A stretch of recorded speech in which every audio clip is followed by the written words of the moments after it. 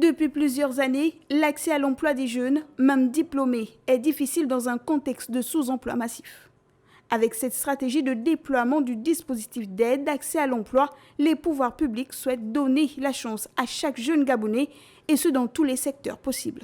Nous souhaitons atteindre cet objectif de 20 000 jeunes, objectif ambitieux, 20 000 jeunes qui doivent se voir proposer un programme d'accompagnement à l'emploi d'ici 2023.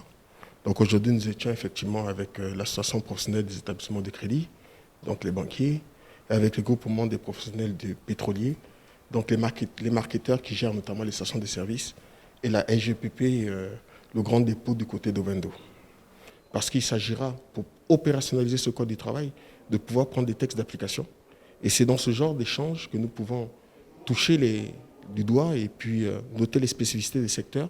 Les interlocuteurs de Hans Landry Ivala ont pendant plus de 2 heures suivi avec une attention toute particulière la présentation faite par le chef de projet de la Task Force, programme de facilitation de l'accès à l'emploi.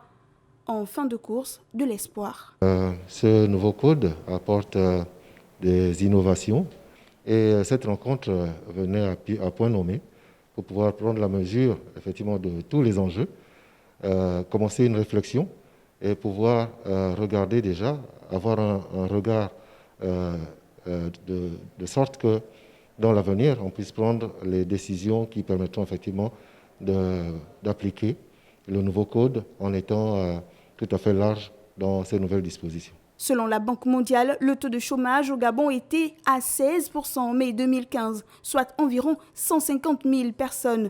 Plusieurs facteurs expliquent cet état des choses, mais les autorités gabonaises sont décidées à tenir le taureau par les cornes et trouver des solutions efficaces et durables face à cette problématique.